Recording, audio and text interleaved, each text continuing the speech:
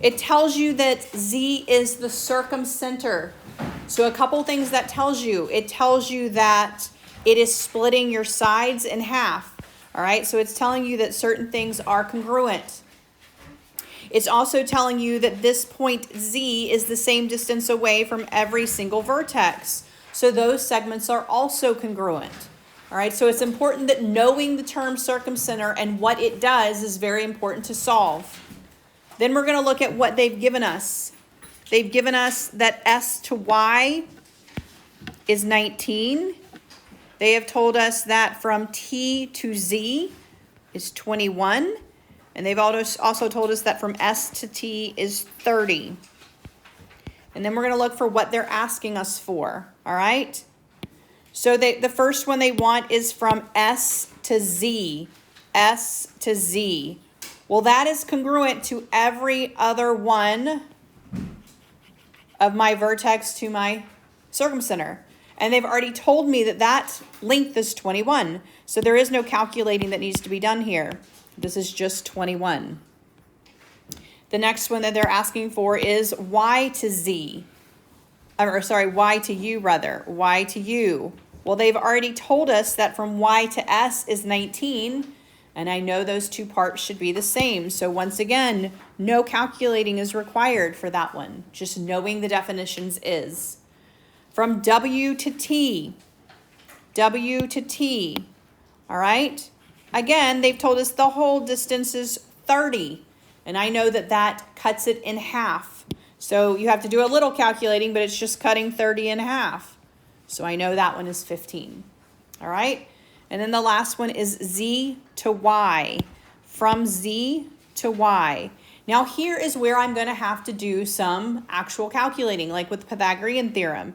So I'm going to look at this triangle right here when I calculate it. All right, and so if I pull that triangle out, all right, I have this guy right here.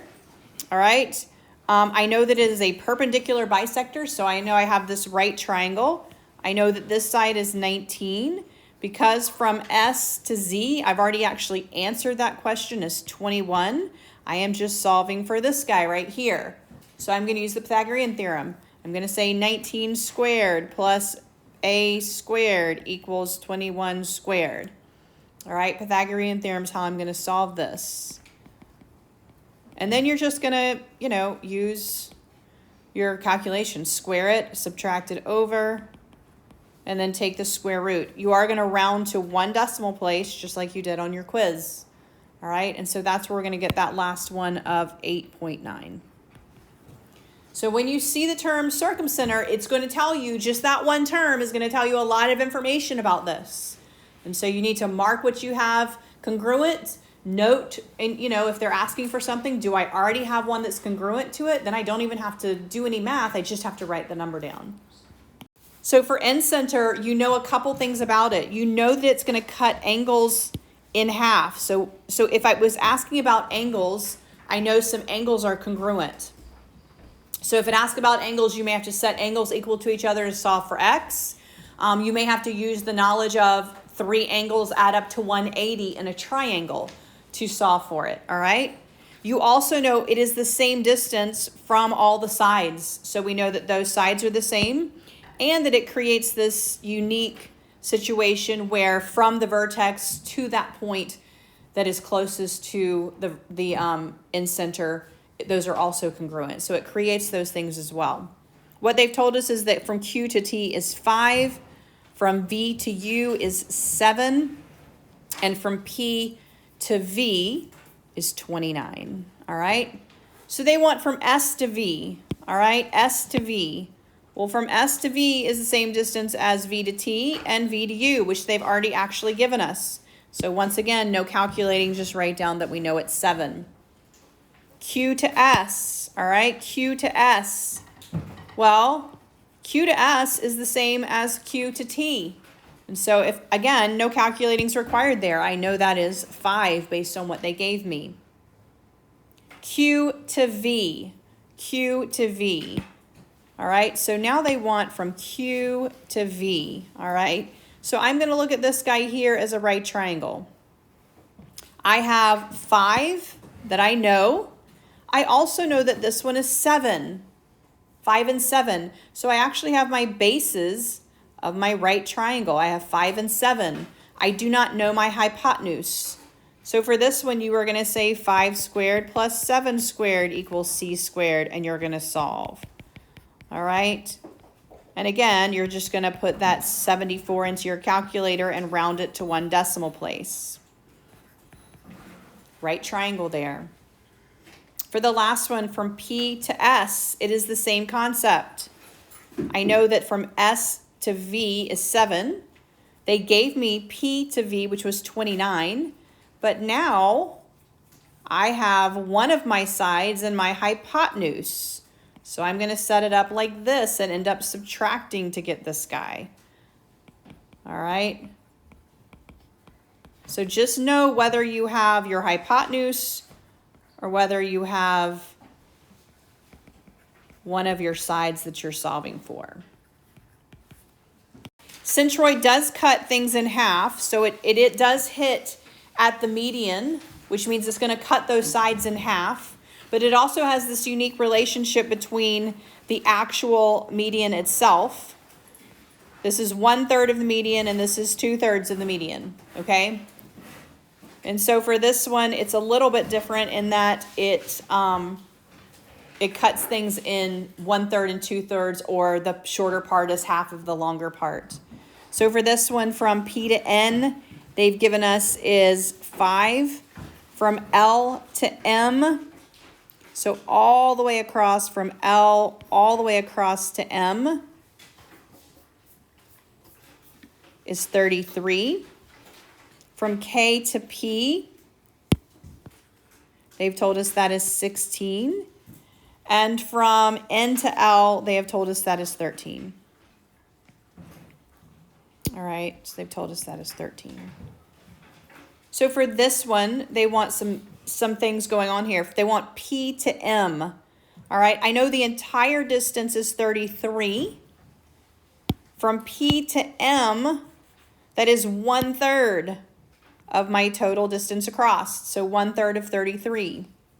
All right. They also want from J to P. From J to P. Well, I know this part is 5, and from J to P should be exactly double that. So from J to P is just going to be double that 5. All right, because it's part of the median there. From P to L. Well, from P to L, I actually already calculated what P to M is. This guy was 11.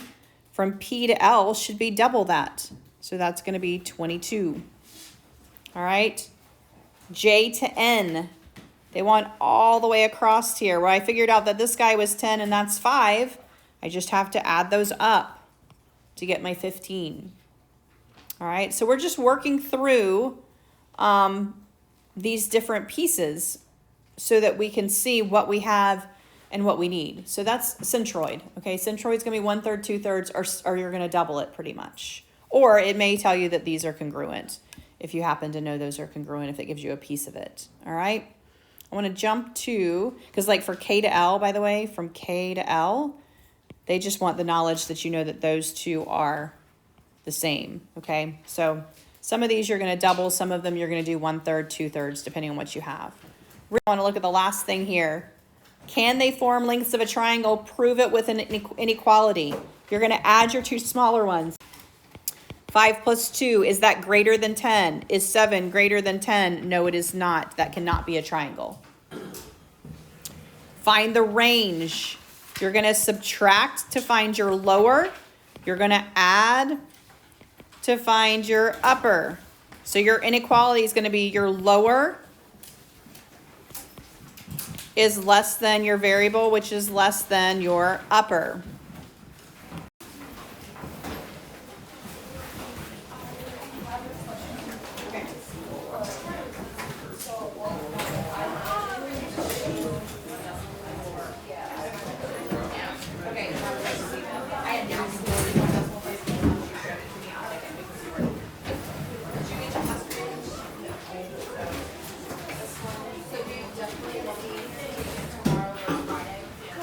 No, I'll let you take it either.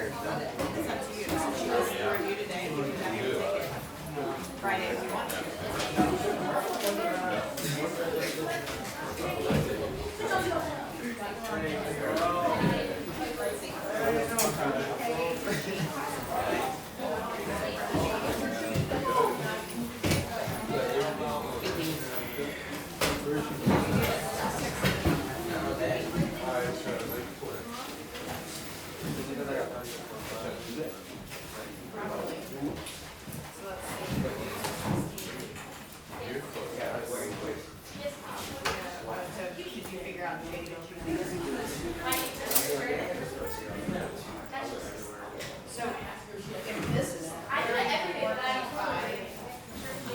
this one should be 34.5. These two are congruent. And then you solve for that one. So it went 16, 34.5, and then your hypotenuse is C. So this one actually, J to G. No, you said that one was 34. I know you don't need to argue.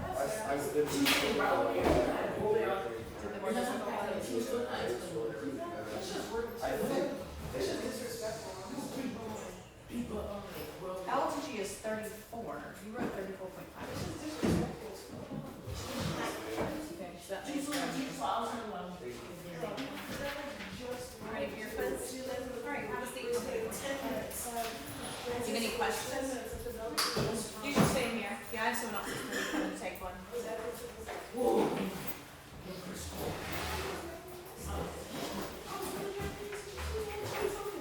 Yeah, you're in here. Yeah.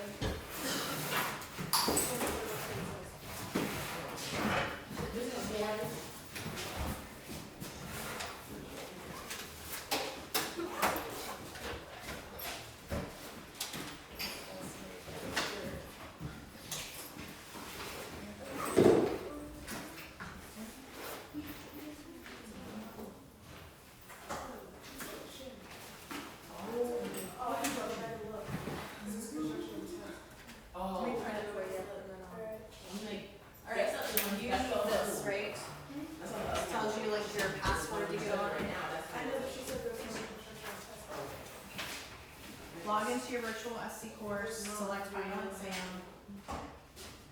Complete the end of the course survey if you haven't done it. Click on the exam link. Attempt quiz and mail. So here's your instructions, okay? This is your instructions for getting onto it, and that's the password you're going to put into. Okay. Yeah, I know how to get there. Oh, okay. I just need a password. Let me print this for you. Get you started.